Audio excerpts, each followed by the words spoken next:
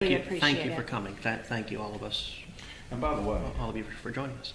since the last time I saw you was actually at the Kavanaugh hearing with the whole handshake fiasco, thank you for shaking my hand. Absolutely. Because, man, I got blasted for saying I set that thing up, but you were there, and I was nothing of the sort.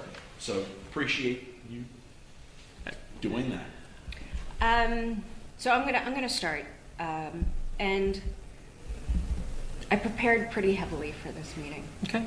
and there's no animosity at all. And I woke up this morning with a panic attack.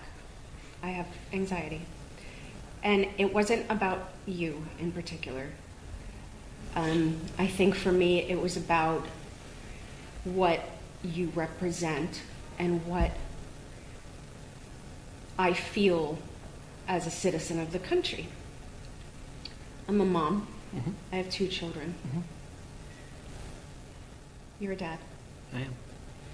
I didn't know my purpose until I had children. I look at my children and want to give them everything, Sure. all the greatest possibilities. I look at my children and I'm terrified. I don't know how to keep my children safe. And it's terrifying. And I think parents across the country feel this way. And I know you're a smart man, and I know that there are things, I know. And I know that there are things that we differ on. And I know that you're smart enough to know the perception of what is out there about you. And I know that you're smart enough to know where that comes from. And for many people in this country, your stance has made you almost like this caricature of a villain. And that's why this meeting was so important for me, because I wanted to be able to look at you in the eye and know that you're really a human with a heartbeat.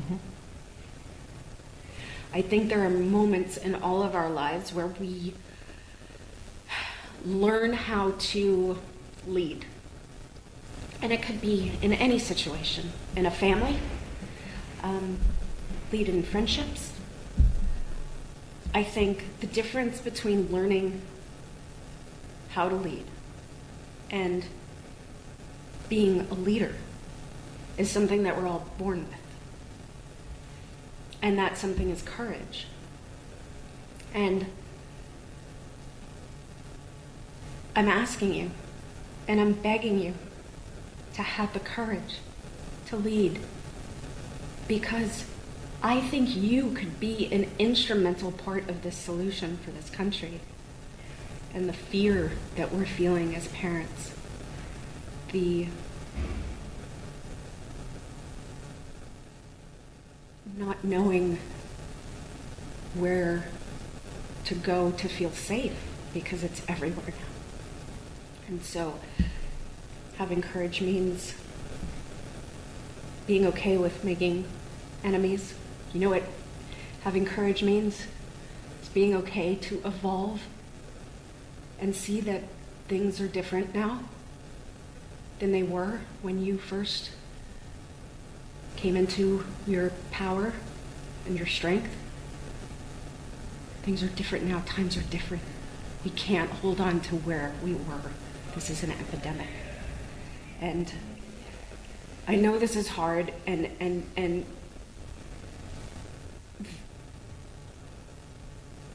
just know I appreciate this. I really do. It means so much to me that you're here.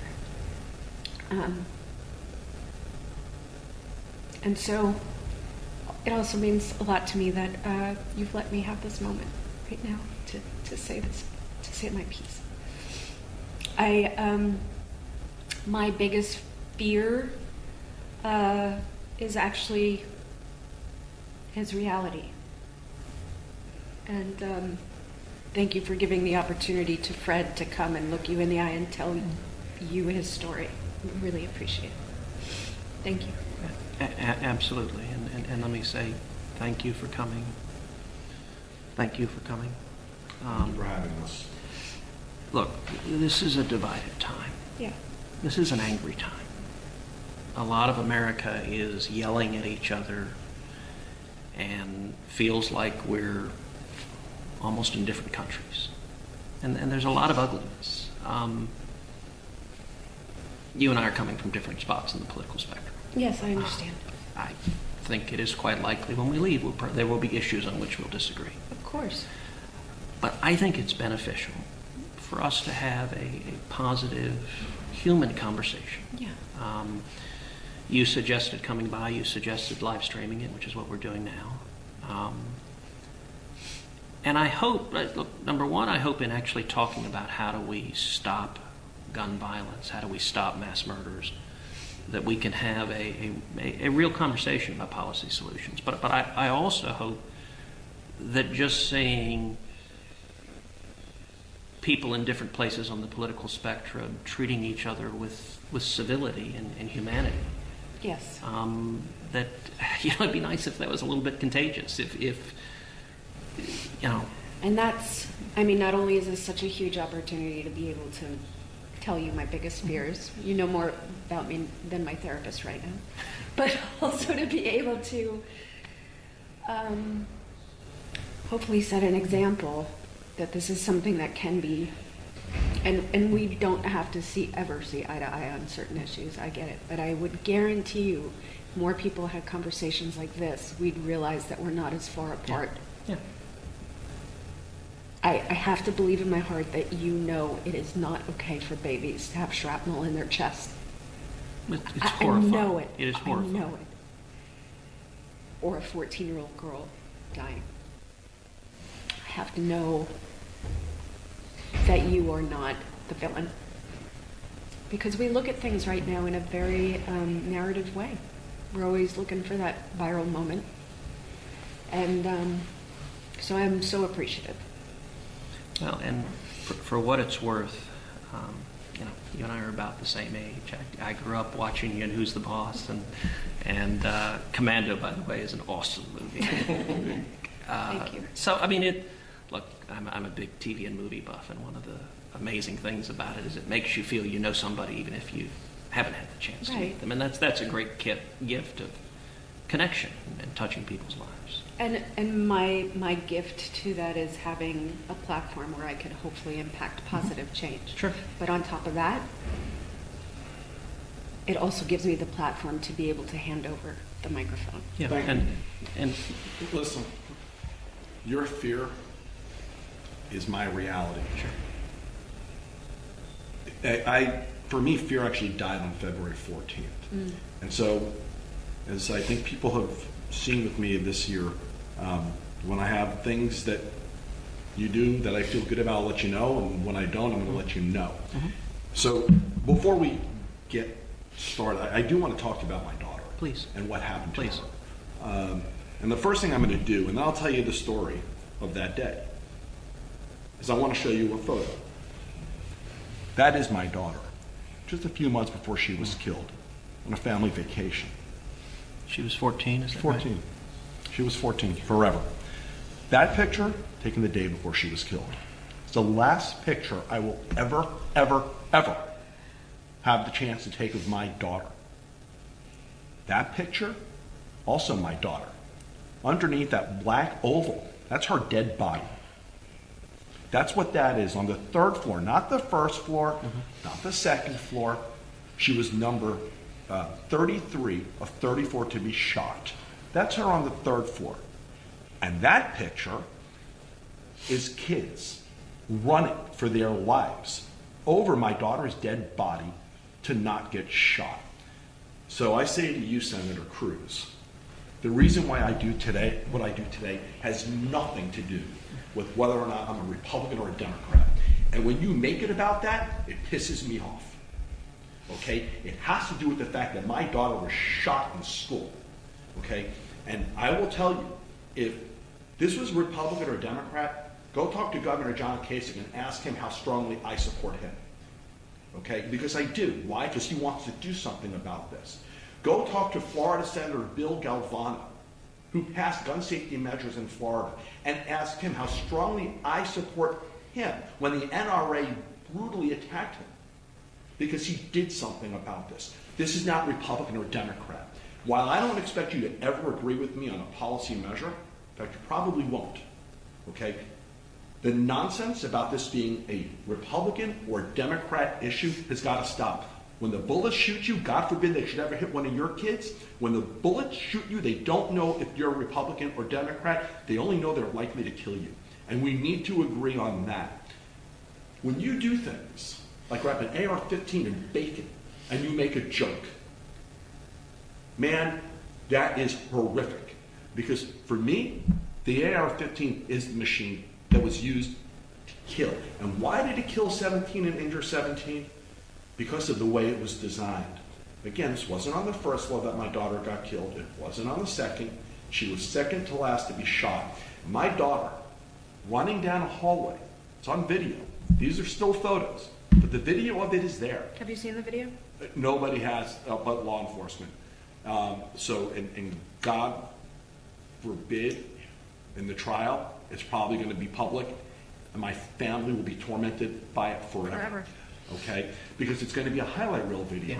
Yeah. Because she's running down the hallway. He was mid-hallway. She made it to the stairwell. She was turning into the stairwell. You saw the picture. One more second, my daughter is alive today, and boom!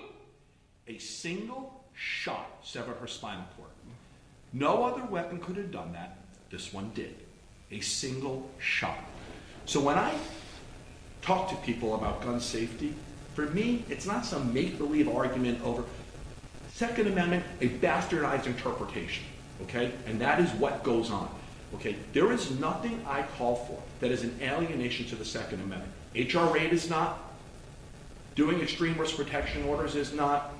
Raising the age to 21 like we did in Florida is not. So when you put out these tweets, okay, that make it about a make-believe Second Amendment argument, because it's not. There's nothing I call for that is.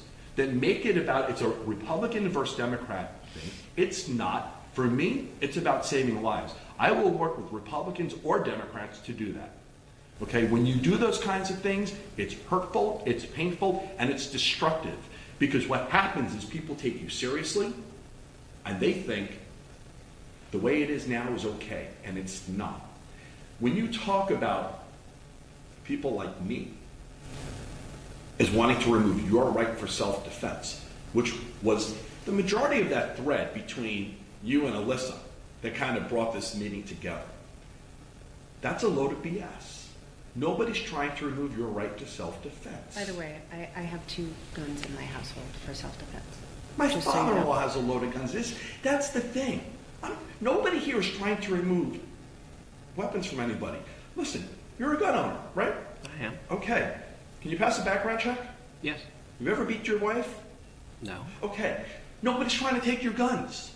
So the notion that people are is nonsense. The notion that you can't support H.R. 8, even though you're a senator of a state that has people now getting shot in Walmart, on the highway, in schools, I'm missing church, in every setting. Now, you mentioned the Sutherland Springs, the guy who was there to stop the Sutherland Springs shooter. How many people died first? How many people died in the Sutherland Springs shooting? I know. Before the shooter stopped? Far too many. Far too many. That's the problem.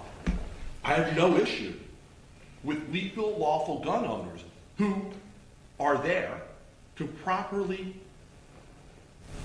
protect, to use their guns as they see please. What I want to do is stop those who intend to kill, those who have hate in their hearts, those who have a known propensity to be violent from having access to these weapons. And no, this isn't just about throwing the mentally ill under the bus. We need to deal with mental illness in a real way, okay? But this is about keeping those who intend to kill, mentally ill or not, away from weapons. I also want to just add to that, I'm sorry to interrupt you, but what is the mental illness of this generation that we're creating that will be cyclical because of the fear that our kids have to deal with? every day going to school because of the trauma of even having to do a lockdown drill.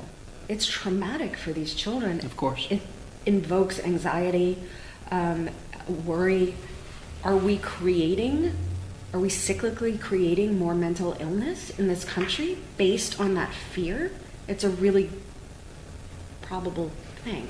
Just say that we are. my daughter is 17. She's a senior in high school. She has a lot of medical issues, and she has repeatedly nearly died from those issues. What scares her are lockdown drills, right? She's not afraid of Dying from her dying illness. from her illness. She's afraid of somebody coming in. But when we're talking about mental After illness, my son went back to school, Yeah. it traumatized him. yeah, He and when needed we're to go talking through- about mental illness and treating the mental, and let's call it mental health, we also have to be aware of what we're creating now that will be future people that get their hands on an AR-15 potentially. Listen, The fear. I'm just going to say this, because nothing would make me happier. And again, I consider myself very fortunate for the relationships that I have developed with people since my daughter was killed. And maybe the reason I got off to a different foot with Governor Kasich than I have with you is because of his stance on this issue. I don't have any high expectations that you're going to change your stance. But I will ask you, as a leader in the Republican Party in the Senate, to please do so. Not on the whole gamut. I don't expect you to do that. But just even looking at what happened in Odessa, their likelihood is, had H.R. 8 been law, that would have been stopped. So if nothing else, encourage your party and the Senate to take H.R. 8 up, to take up extreme risk protection orders, of which I know many in your party do agree with. You know, if nothing else comes out of this meeting, nothing else, except maybe some little kernel of common ground that saves some lives, It's worth it. this will have been the best day of my life. And honestly, if we walk out of here today and your position doesn't change, I get it. You know, I mean, but you're a senator of a state that is ground zero right now for the need to do something different. Can I ask you a question? Do we have any idea of the fiscal impact of these mass shootings in these states? Is tourism down in Texas? Is tourism down in Florida? Is there any indication that economically that these mass shootings are hurting? I haven't seen any estimates of that, but let me say a couple of things. No, thank you. Let me say, first of all, Mr. Gutenberg, what you went through and are going through today and every day going forward is hell. It is, to lose a child, there's nothing worse. And I know you and your family are in pain and agony. It is horrific. It is wrong that your daughter was taken from you, that she was murdered.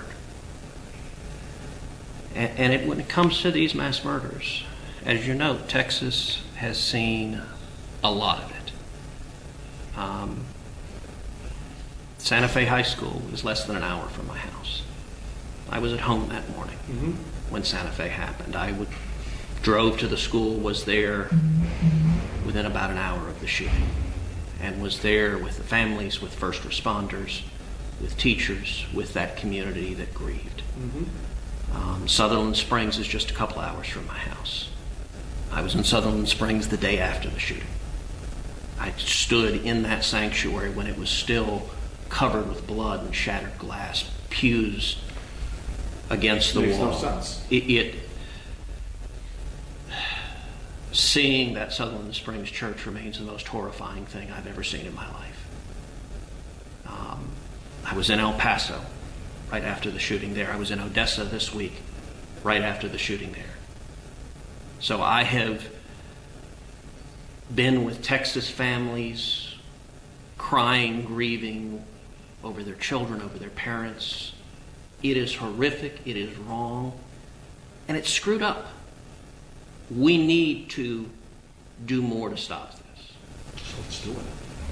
I agree. And look, one of the purposes of having this conversation, when it comes to an issue like stopping gun violence, I think the two sides believe the worst out of each other. Mm-hmm.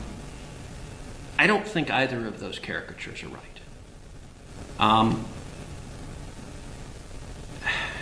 If we can start from what I think should be a shared goal, which is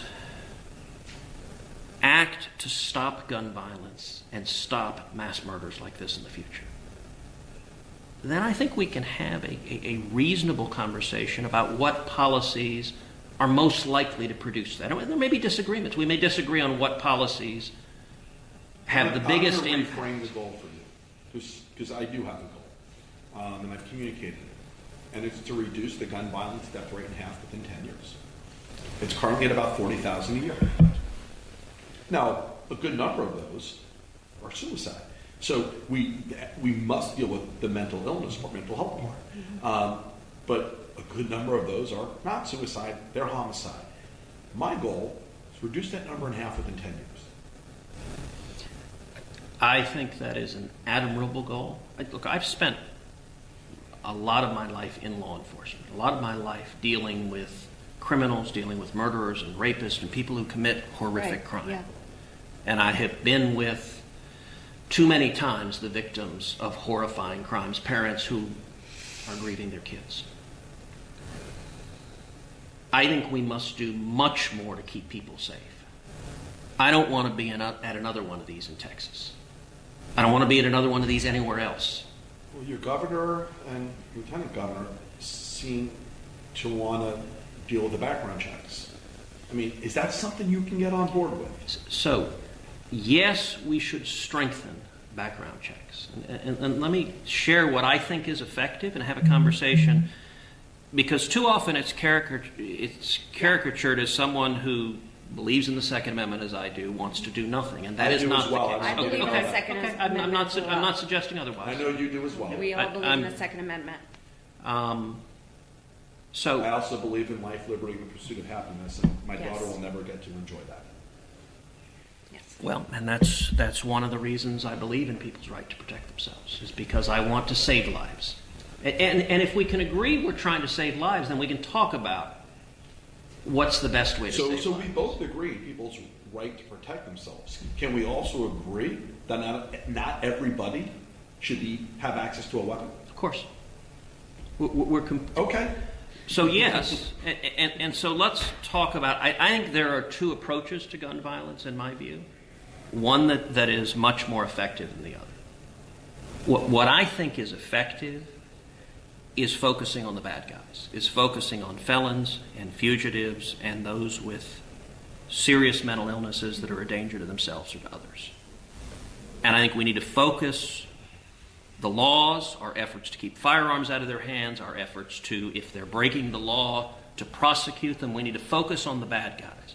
What I don't think is effective, and at least in Washington, and I'm not suggesting you, sir, I'm saying in Washington, in Congress where I serve, often the debates focus on law-abiding citizens and restricting their rights. I think that is not effective in stopping crime. How?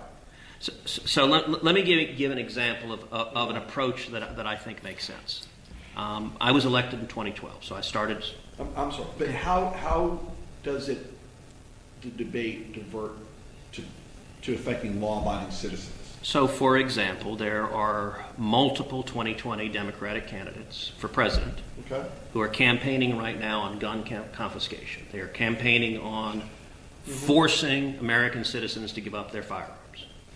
I disagree with it. They're not talking about forcing criminals to. They're talking about law-abiding citizens who have firearms to protect their homes, the federal government forcing them to give up their firearms. And if over the past 20 years, if people were doing a meaningful effort to actually address gun violence, I don't know if the conversation would have ever even gotten to the place that it's in today.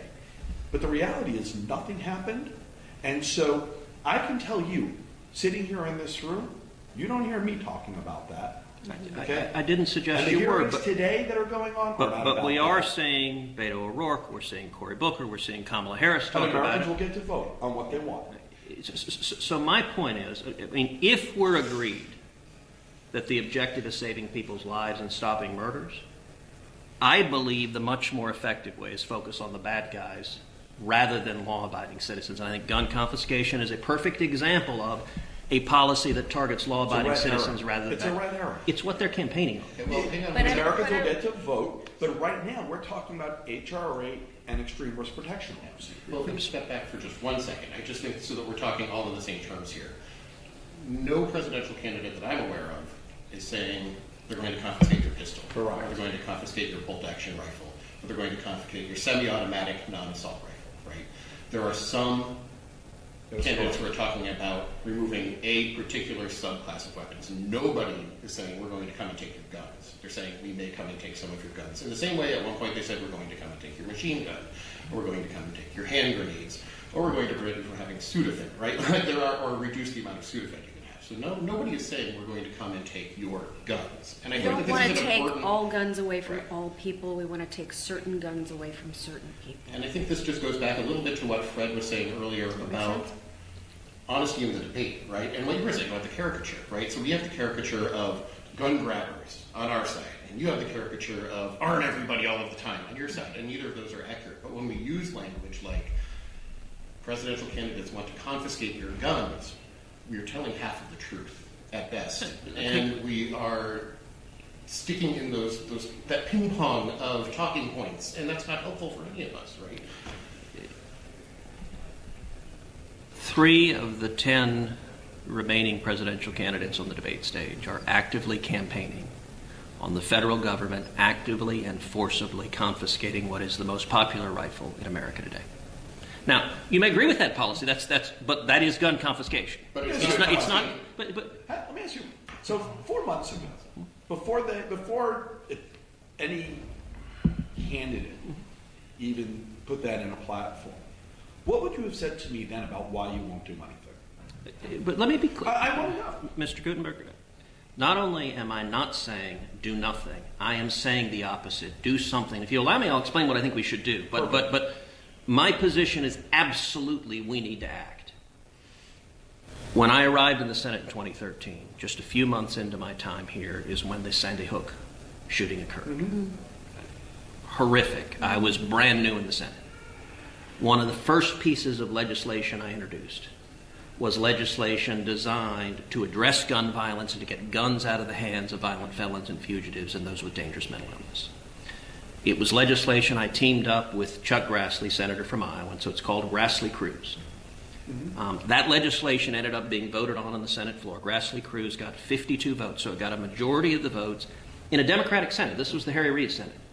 9 Democrats voted for Grassley-Cruz. It got the most bipartisan support of any of the comprehensive legislation. Let me tell you what it did, because it didn't pass into law because Harry Reid and the Democrats filibustered it. They demanded 60 votes. So even though I got a majority, it wasn't 60, and so it didn't pass into law. I've reintroduced it, and I think we need to pass Grassley-Cruz. What it did is focused on strengthening background checks. I want background checks to be stronger and more effective and keep weapons out of the hands of violent felons and fugitives and people with dangerous mental illness. Let's take, for example, if I might, the Sutherland Springs shooting. Because I believe that was an entirely preventable crime. And the system failed. Mm-hmm. So the shooter there was doubly ineligible to buy a firearm. He had a felony conviction. He had a domestic violence conviction. Now, as you know, either one of those makes you ineligible to buy a firearm, makes you ineligible to own a firearm. The reason the Sutherland Springs shooter got his guns is because the Air Force under the Obama administration never reported his felony to the database. So the Sutherland Springs shooter went in to buy a gun. He did a background check. He filled out the form. He lied on the form, and they ran the check, and it cleared because the conviction wasn't in there. What Grassley-Cruz did, it had a number of elements. One element was mandating the Department of Justice to do an audit of every federal agency to make sure the convictions are in. The database is only as good as the data that's in it.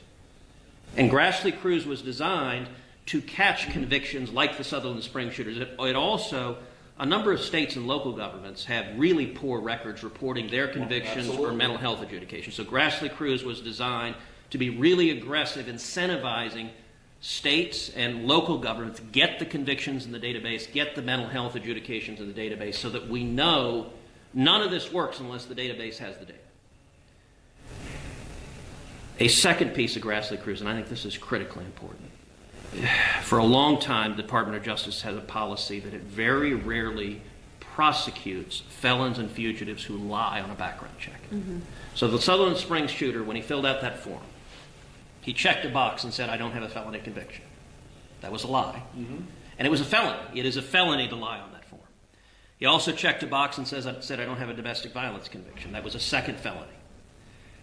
What Grassley Cruz mandated is the Department of Justice create a gun crime task force, and we prosecute felons or fugitives who lie on that form. And if Grassley Cruz had passed, if it hadn't been filibustered in the Senate, then when the Sutherland Springs shooter went in and lied on that form, the Department of Justice would have prosecuted him, and he would have been in a federal prison instead of in that sanctuary murdering innocent men, women, and children. So you asked me how many people were killed. The number should have been 0. And in that instance, if the system worked, we would have put him in jail. I think that's what's effective. Listen, and unfortunately, in too many of these shootings, the reality is people who want access to weapons have a variety of loopholes to jump through and get access to weapons. Everything that I'd like to do is all about roadblocks. Okay? It's not about taking away your right. It's about roadblocks to take away the ability of those bad guys, those who want to kill, to get the access to weapons. Odessa is the other example. That's a guy who also is a prohibited purchaser. Yes. But you have 300 million weapons on the street. Yeah. Private sale. And guess what? From there, he was able to go to any old store and buy the bullets, because while prohibited purchasers are also by law not able to buy bullets, there's no requirement for a background check on bullets. So, listen, there's a lot of stuff we can do. There are ways we can reduce gun violence. We're never going to stop it. Traffic lights don't stop every traffic accident. They stop a lot of them. And at the end of the day, okay, rather than fighting from the gun grabber versus, the other side, it would be a lot better if the rhetoric actually recognized that there was that there's a potential for common ground, and we were actually working on it. Okay, and that's partly us, but it's you also, and so right it's now, more you than us. At this point, we're asking you to be a hero. Ms. Milano, it's interesting you say that. I would encourage you, you're meeting with Democrats, ask them why they filibustered Grassley Cruz. Okay. And let me tell you why I say that. Because none of them ever articulated a policy objective to it, other than the only explanation that made sense is they were mad that their own proposals that impacted law-abiding citizens didn't pass. And because their proposals didn't pass, they filibustered a law enforcement piece of legislation. Who have I been calling out the most over the past 2 weeks? No. Well, yes. But I've been calling out the Democrats. Oh, for sure. Schumer and those senators who are running for president. And why? Because actually, while I think what Mitch McConnell is doing is horrific, okay, I actually am equally pissed off at the Democrats who were supposed to be leading and who were doing nothing but saying. Okay. So I'm calling them out too. You need to be clear on it. But for what it's worth, I urged Mitch McConnell today that we should take up and pass Grassley Cruz. I spoke with the Attorney General yesterday. What about background checks? The background checks bill that's out there now. So I don't believe that would have a meaningful impact decreasing gun violence. But isn't it worth trying? It probably would have stopped Odessa. So I don't believe it. So we can talk about it. Let's talk about that. So the existing law, and you guys know this, but not everyone watching knows this, so it's worth talking about what the existing law is right now. Mm-hmm.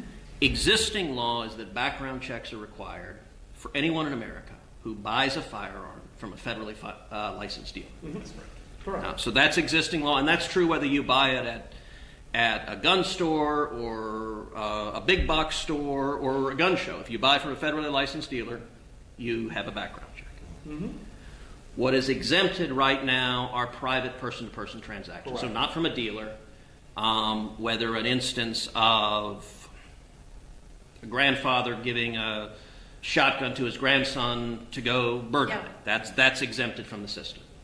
Or two buddies in a deer blind that one sells a deer rifle to another. Those are exempted Or one from the gang system. member to another gang member. That's the reality. Except for the fact that if you look at actually where the guns used in crimes are coming from, they're not coming from those sales. If you look at, for example, gun shows, a lot of discussion of gun shows. Fewer than 1% of the guns used in crimes come from gun shows. That's not where the criminals are getting their guns. And if you actually want to stop violent crime, let's take the Sutherland Springs shooter. His not being prosecuted, now his conviction was in the database, so they didn't flag it. But if it had been in the database, he wouldn't have been prosecuted. That's not an exception. I'll give you stats from 2010 just because I happen to know that year. 2010, there were 48,000 felons and fugitives who tried to illegally buy a firearm. That's a lot of felons, a lot of fugitives going in and trying to buy a firearm against the law. The Department of Justice prosecuted 44 of them.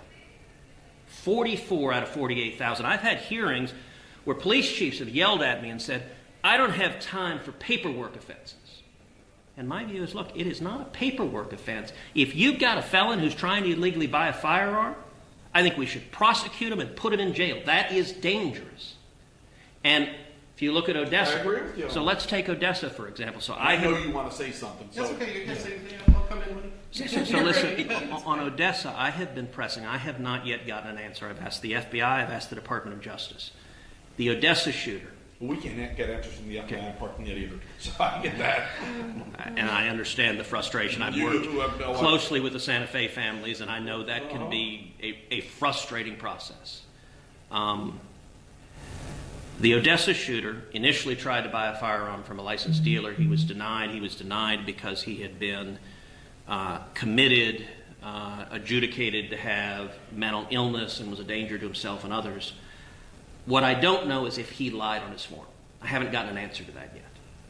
The reason that's relevant is if he did lie on his form, under Cruz, which I'm pushing us to pass, we would have prosecuted him for lying on his form and we could have prevented Odessa. I mean, this is I'm why, okay with if that. the objective is stop these crimes, I want to focus on policies that really would stop these crimes. And when it comes to prosecuting person-to-person sales not from dealers, that I do not believe would stop these crimes. So let's do HR rate and arrest Cruz.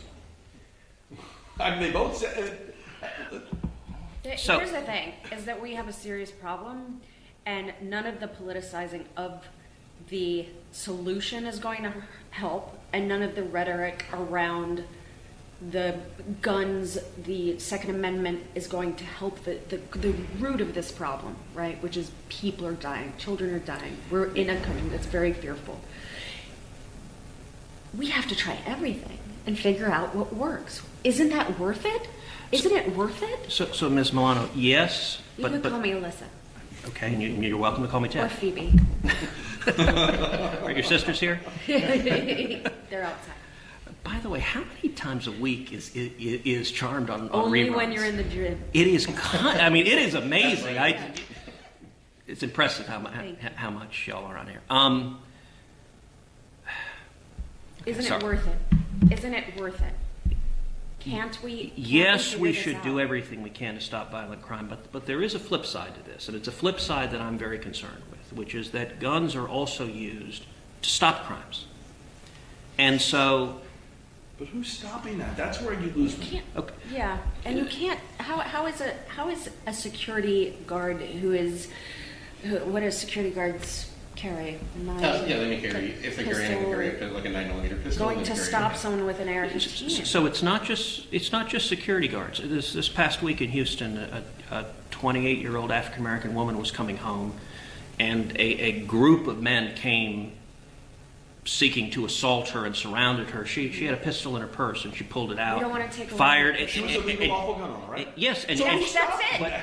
But, okay, but We don't want to but- stop her. But that fireman, by the way, I'll say, look, it is a powerful equalizer. I guarantee you, that group of guys who came to assault her, if you gave them a choice between confronting a big guy, an NFL linebacker without a gun, or a woman with a firearm, one of the great reasons why a lot of women want to be able to keep and bear arms is to defend themselves in a case of physical danger. I understand that.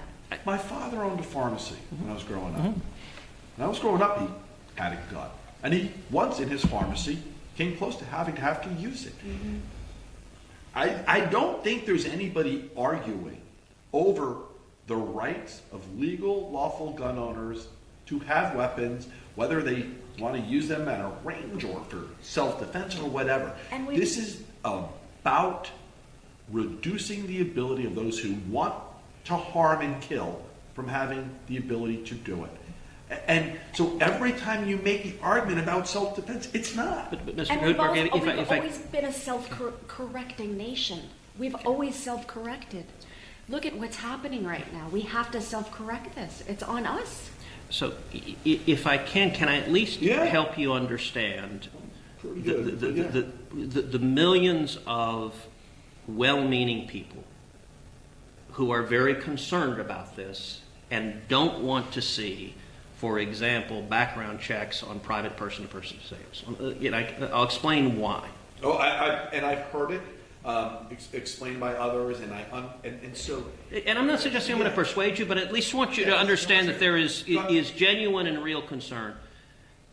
I would frame it as twofold. Number one, if you look at these mass murders, those are not the people who are committing it. So this is a proposal. It's the number one proposal championed here in Congress by Democrats, which would have stopped 0 of these mass murders that we've seen. It wouldn't have stopped Santa Fe or Sutherland Springs. It wouldn't have stopped Parkland. It May have stopped Odessa. Possibly, Yeah. although the evidence is, it appears that he bought it from an illegal firearms dealer, in which case it would have impacted Yeah, Odessa. and we'll find out. We will Time find tell. out. Those facts are still coming out in the investigation. Yeah.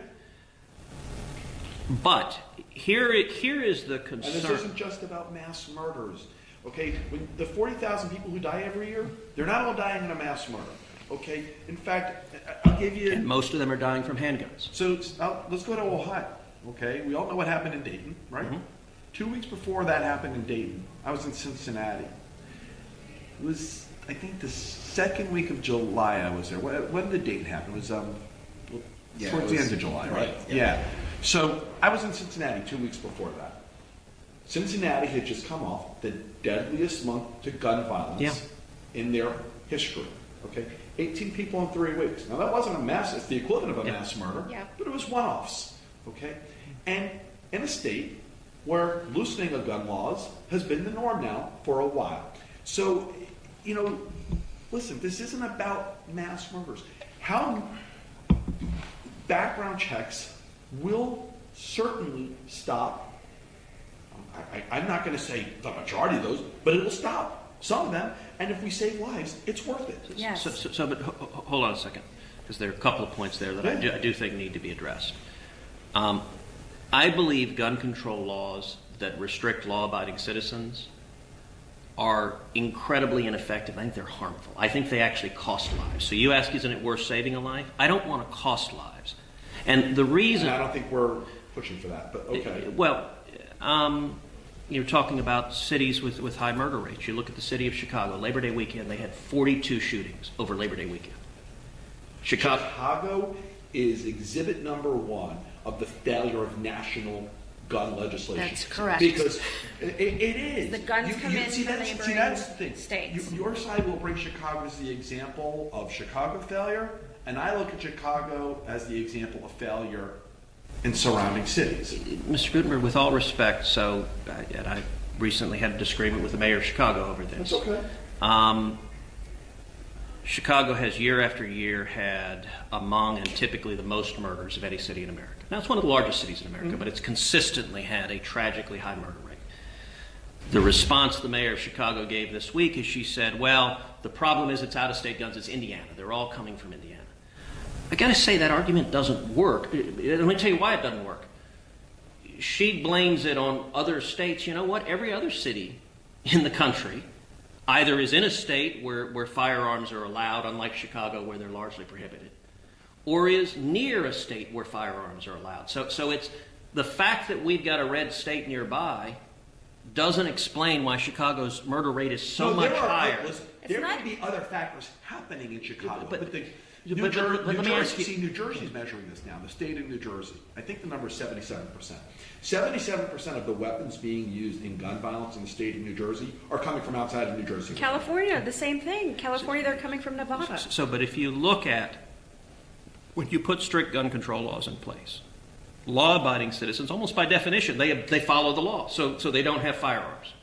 The criminals don't follow the law. So what ends up happening in a city like Chicago is the victims are disarmed. I talked to you about the woman who was assaulted in Houston, who was able to defend herself. I heard you. And I'll give you disagree on that whole on what you just said. So I'll give you a stat. Steve, would you hand me that paper on the desk? By the way, just so I don't run late, my flight is at 7. I'm still good on time. We'll be good. Okay. I mean, I can do this all day. You do this all day, darling. So I'll point you to a stat that actually came from the Obama White House and a 2013 executive order. And here's the language they put together. I'm quoting from them. Almost all national survey estimates indicate that defensive gun uses by victims are at least as common as offensive uses by criminals, with estimates of annual uses ranging from about 500,000 to more than 3 million. My point on this, it's not a rare and isolated instance. It's a lot of instances where people are facing the threat potentially of imminent harm, maybe physical assault, maybe sexual assault, maybe murder. And the fact that they have the ability to defend themselves, to defend their family, defend their homes, keeps people alive. Let me tell you something. You go ahead. I live in Massachusetts. We have among the strictest gun laws in the country. Yeah. We have also the lowest per capita gun death rate in the country. In my town, suburban town, 20,000 residents, there are 5 places people can buy guns. People who want guns in Massachusetts can have guns, right? We don't have AR-15s.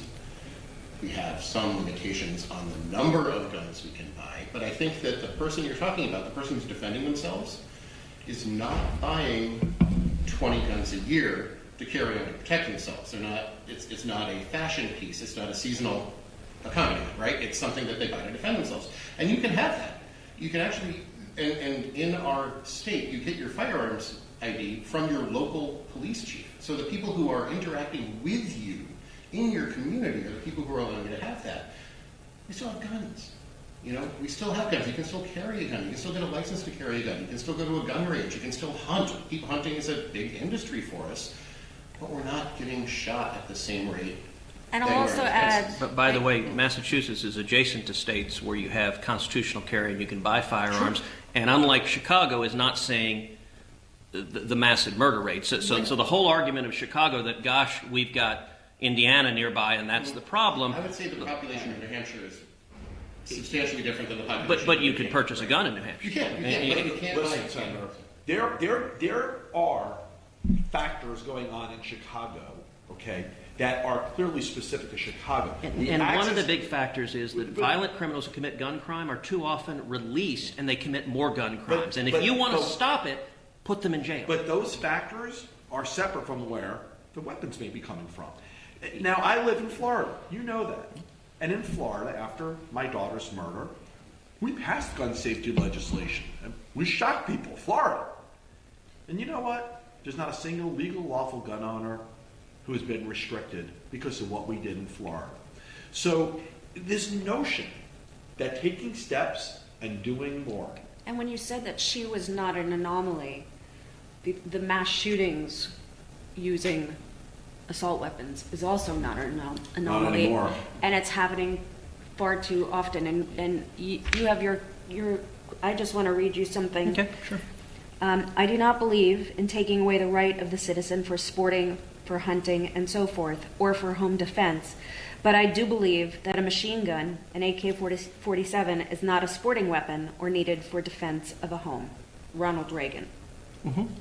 But Alyssa, as you know, but this is actually that's actually a great point. I think one that's important for people watching this to understand. Machine guns are functionally illegal right now. And my wife Heidi is a native Californian. She grew up in the Central Coast. Beautiful there. We have a lot of family in California. I remember a few years ago she asked me, do people really need machine guns everywhere? It's a reasonable question.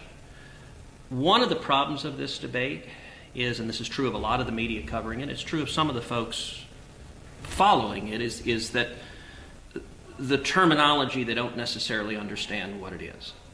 So a machine gun has been functionally illegal for 80 years. You and I and ordinary citizens can't purchase a machine gun. Now a machine gun, which is what Ronald Reagan is talking about there, as you know, you hold the trigger down, multiple bullets come out. That is different from what's called a semi-automatic weapon, which is you pull the trigger once, one bullet comes out. You pull it a second time, another bullet comes out. So it takes a separate trigger pull for each bullet. And that's different from like a revolver, which you have to cock it and then, like the old Western six-shooters. When the media covers it, I think a lot of people hear the word assault rifle and they think it is a machine gun.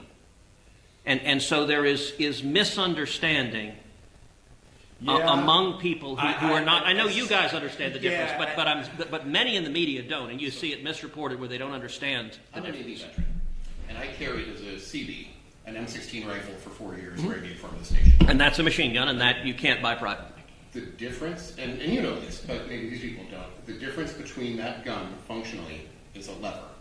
And that lever says fully automatic, meaning you pull the trigger and the bullets keep going until you let go of the trigger. A 3-round burst, where you pull the trigger and 3 rounds come out, and semi-automatic, which is the exact same gun as the M16 in all functional ways when it's put on the semi-automatic function. When I trained in the military, we universally trained on the semi-automatic weapon setting. And the reason being is that it is deadlier. When you fire, for most people who are not strong, highly trained users of machine guns, when you fire multiple rounds, the gun tracks up. Sure. Right? People that you're shooting at are not up. Okay? When you're firing semi-automatic, bam, bam, bam. And when you listen to Parkland, that's what you hear. Bam, bam, bam. Single round burst. And so we're talking, you're right, when the word machine gun, which President Reagan used, was not an accurate description of the AK-47 clone that was used in some of the shootings we recently had. It's not descriptive of an M16 from that machine function that requires repeat firing with a single trigger pull. But from the deadliness of that weapon, from the perception of what that weapon is, to some degree, it's a moot point. What we're talking about is a highly powerful semi-automatic rifle that is used identical to the way the weapons of war are military use. Right? And that's the But truth. it's also, I worth think it's the worth point noting is they are that- different weapons. So if you look at, for example, the last time we voted on the so-called assault weapons ban, that was Senator Dianne Feinstein's legislation. It got just 40 votes, so a lot of Democrats voted no. This was in a Democratic Senate. The way that bill defined a, quote, assault rifle, it was not based on the firing mechanism. It wasn't that it was a more dangerous weapon. In fact, the firing mechanism was the same as a deer rifle owned by millions of Americans. It was based on cosmetic features. So, for example, if you took a deer rifle and added a plastic handle to it, that bill would have called that an assault weapon. And we had an assault weapon ban in place. It did not have material effect on violent crime. What I tried to start this discussion with is, if we can agree the objective is keep people safe, the legislation that I have been, and not just introduced, have been fighting for, have been urging, have reintroduced, have called on the president, have called on the majority leader to pass, would have a real impact. It could very well have prevented Sutherland Springs. It might have prevented Odessa. It has a real... It is far more likely to stop violent crime than the other proposals And I'll tell being you put what I'll forward. commit to. I'm going to go get more acquainted with that legislation. Please. Okay?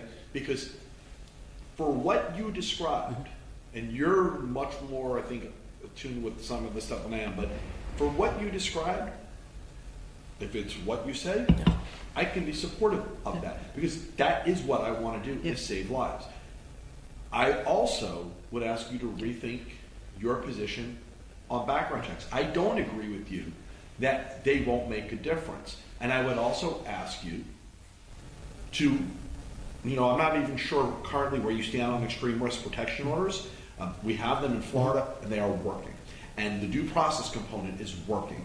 And so, listen, I didn't come here today to actually walk out of here and have us be where we started. Yeah. I'm walking out of here today hopeful that we can agree on ways to save lives. I think that would be a wonderful outcome. If I can't, I'll answer the two questions you asked, because I want to. Yeah. On the first one, on mandatory background checks for private person-to-person sales, the reason why millions of people have real concerns about that is twofold. I mentioned one piece, but I want to mention the second, just so folks understand where the concerns are coming from. One is that it would not be effective in stopping the kind of crimes that have really galvanized the focus and attention on this. But the second is a... But it would stop a lot of the 40,000, potentially. Yeah. I have seen no persuasive evidence of that. Isn't it worth trying, though? This is what I don't understand. You guys keep saying that talking point, and I get it. But listen, I'm trying to get to that second point of why people are genuinely concerned. Because if you mandate, when a grandfather gives a shotgun to his grandson, it has to have a background check, or when a buddy in a deer stand sells a gun to a deer stand, the next step to enforce it, many people fear, is a gun registry. That the only way you can know if someone sells a person-to-person gun is to register them.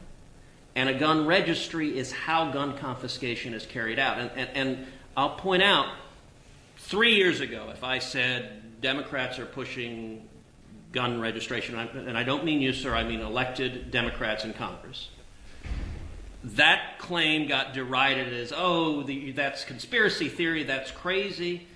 We now have 3 of the top Democratic presidential candidates calling for confiscation, and just today, Congressman O'Rourke called for a national gun registry to enable confiscation. So I'm not suggesting I'm going to persuade you on this. Why are they doing that? Because you have 40,000 people a year dying. But listen, I'm going to tell you what I tell my wife all the time, which is I don't live life by the what if principle. I deal with what is, okay? And what is H.R.R. 8. What is 40,000 people. Cruz, Grassley Cruz is as well. I mean, that's one. That's another piece of legislation. I commit to you. In fact, I'm going to leave you guys with my email. Please. Because I'd love for somebody to send me the legislation. We will do it today. So, here's my card. Yeah. Well, I thank you. don't have a card. Thank you. Okay, but we were in contact, so we'll send it to you as well. So I guess, Senator, the thing that I would like to ask, the two things I would like to ask you before we leave, are that I understand you're a smart guy and you are a legislator and you love the law, right? From what I understand about you, you're somebody who loves the law. I want to know is, do you feel like Grassley Cruz got a debate? You had a discussion. Was it not was the process perfect? Not to get all the way, but did it have a chance to be discussed in the Senate? Sure, and it got a vote. Yeah, and it got a vote. Purple. But it's worth noting that Mention to Me, which has a lot of the elements of the bill you're focusing on, also got a vote. Sure. And so they were voted on side by side.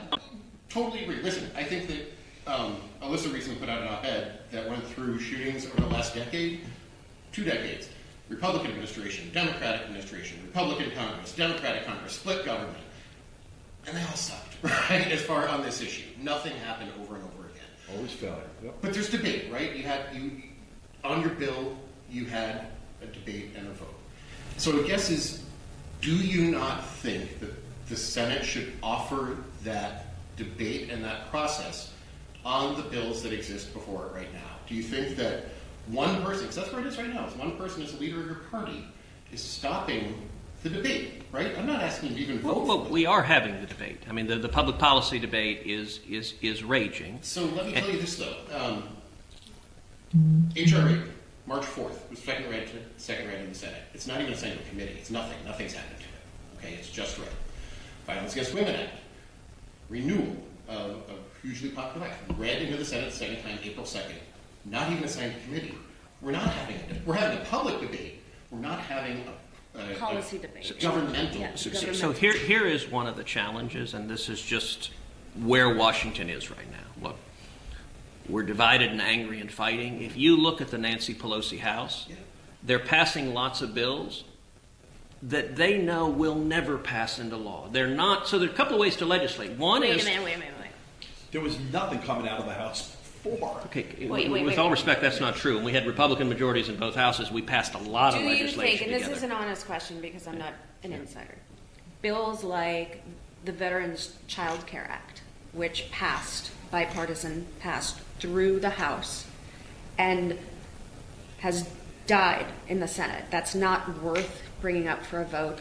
You don't think that's political? So I don't know that specific piece of legislation. I'm happy to have our team go and look at that. I mean, It basically there said are thousands of bills that are introduced on both sides. So I that when veterans are in the hospital for a long stay, that there should be child care provided.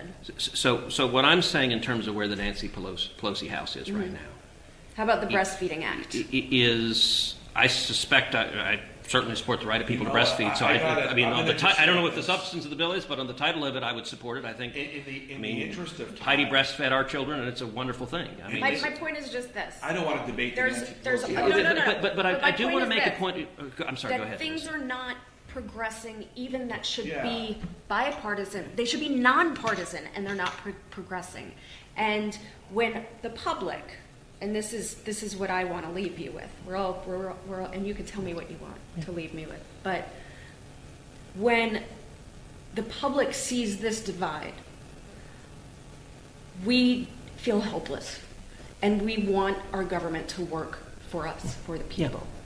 And it creates hostility between the parties and how our political ideology and how we view the other side. So what I want to leave you with, when you send out social media tweets, and I know that you are playing to your audience, I want you to be mindful of not creating more divide. That's all I want you to do. And just be mindful that this has to function. We have to do something. We cannot not do anything anymore. Too many people are dying. So I agree with what you said. I want to echo and reiterate it. Look, I'll make a point for those watching. The way this came to be, if people were predicting what would happen this week, you and I sitting down would not have been on the list. He's going to use you. He's going to placate to his, But the way this came to pass, you sent a tweet where you asked, can somebody show me where in the Bible owning a gun is a God-given right? I saw that. As it happened, I was actually sitting by the pool with my girls. They were swimming in the pool. I was with Heidi. It was, I think, Sunday afternoon, if I remember right. And I decided to engage in that substantively. So I, on my phone, typed out a response that ended up being a series of 10 tweets where I said, listen, that's a serious question, and we ought to treat it without the snark of Twitter. So I can tell you I try to engage in issues without going into personal and nasty attacks, without going into the gutter, without giving into the viciousness of the moment right now. And both sides are guilty of that. So can we also stop the caricatures? And can we also stop making videos with bacon wrapped around an AR-15? Look, Because you're talking about villains and snarkiness. That's pretty snarky. that was not insulting and impugning anyone's character and suggesting, as you see in these nasty fights, that it gets repeated all the time, you have blood on your hands. I mean, that's how this is discussed, is that you're, I forget what your thing was, like a villain, cackling for people to die. Okay, that doesn't help the discussion. And you know what? I guess there are some, these psycho murderers are that, but there are rarely people in public life that are actively seeking to cause human suffering. That we may have disagreements about the best policies to protect people. And for example, I want to make sure people's right to self-defense is protected, because the up to 3 million people a year who are defending their home, I want to protect their lives too.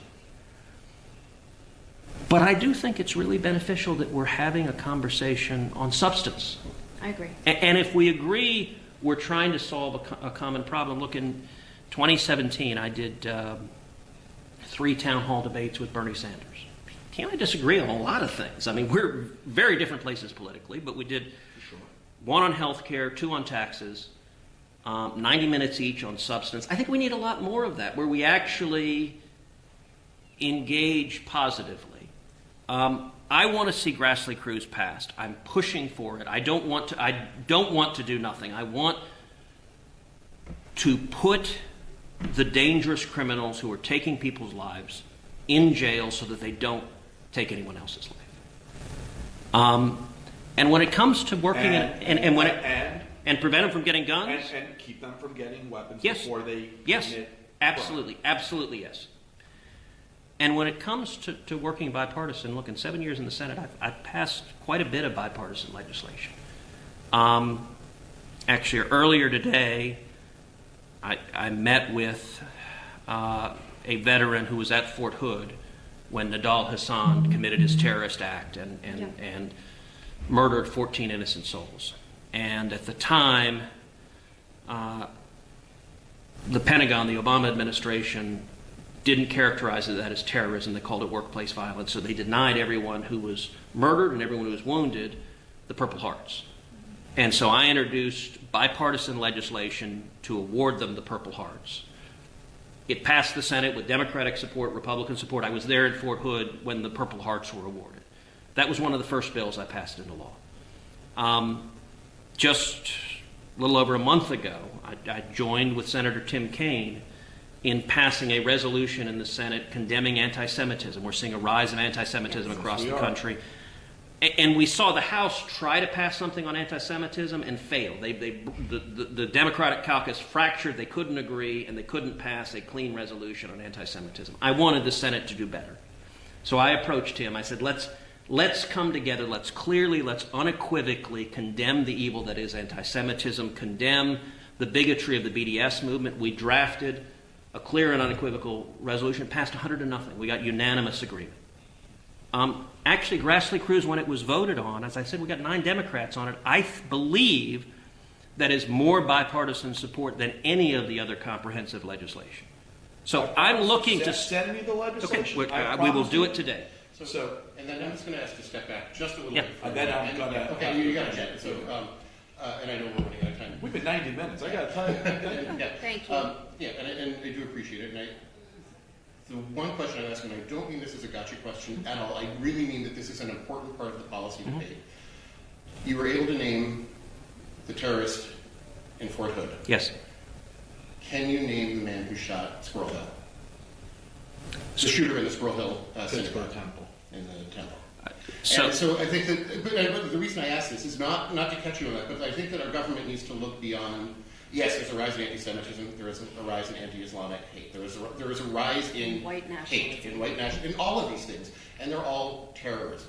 And we need to be able to focus on those things. But beyond that, I just want to step back and say that you said that we all need to have more discussions like this, and I absolutely agree with you. But the thing that I'll tell you is that Fred doesn't get a vote in the United States Senate unless it's going to vote in the United States Senate, and I don't get a vote in the United States Senate. but you all have voices, and you have strong voices. We do, and we're going to use them, and we'll continue to use them, and I hope we can continue to have discussions like this. But the people who can do something are you, right? And you in the United States Senate. We can be loud, we can advocate, we can campaign, we can run for office ourselves. We can do these things, but we can't vote in the United States Senate right now, and you can. And you say that these bills coming out of the House are not going to pass? Okay. So debate them, make them better, pass them, or vote them down. Do that part, right?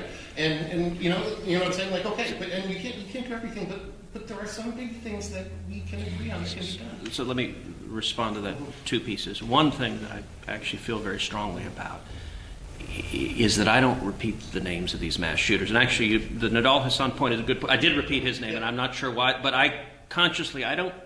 The Parkland shooter, I won't say his name, or the Santa Fe shooter, or the Sutherland Springs. These are evil bastards who should burn in hell. And they want infamy. we should celebrate your We agree daughter. on We should something. How about celebrate. that? We should celebrate those who lost their lives. We should celebrate the heroes who risked their lives to save others. And I've urged the media. I've urged people just don't say their names. They deserve You know full what? punishment and then Can to I be. say something, and then I'm going to kind of end my point because I'm glad you said that, because it really does bring this full circle. On Friday, I was in New York, and the reason I was there, my brother was added to the New York Fire Department 9/11 Memorial Wall. My brother ran the triage for the World Trade Center. He was a doctor. Thank you for that. So Did he survive, or was he killed that day? it's an amazing story because he hid out in a room with 10 doctors at a basement level, and that room, everything around it turned to rubble. That room didn't. Wow. They spent 16 days at ground zero Wow. treating people. Wow. 2013, he got the cancer that came with it. He died October of 2017. 4 months later, my daughter was killed. I tell you this because we have a country full of amazing heroes that we need to protect. But the reality is when that happened, when 9/11 happened, this country took steps that probably made politically a lot of people very uncomfortable to save lives, to make sure it never happens again. Okay? And so I just want to leave you with that. Gun safety for me is no different than 9/11 was. Now, I've lost somebody to 9/11 and I've lost somebody to gun violence. Okay? That is why I don't want to get caught up in the BS arguments that run people all over the place, ultimately nowhere. I want to do something about this. And I would be much happier with a bipartisan supported bill with your support, okay, than not. Now, I'll keep fighting for these bills with or without your support, but I'd rather have it. And how amazing would that be if that was your legacy?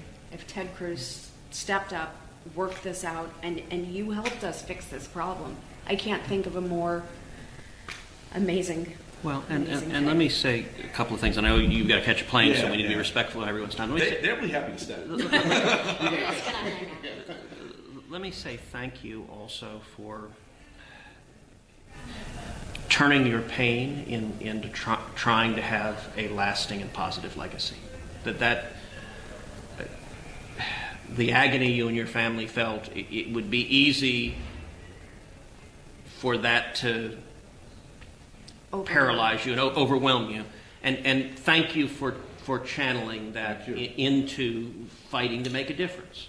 That takes courage, and it means you also have to relive what happened that day and talk about it Every day. So thank you for that, and Alyssa and all three of you, thank you for just having a real conversation.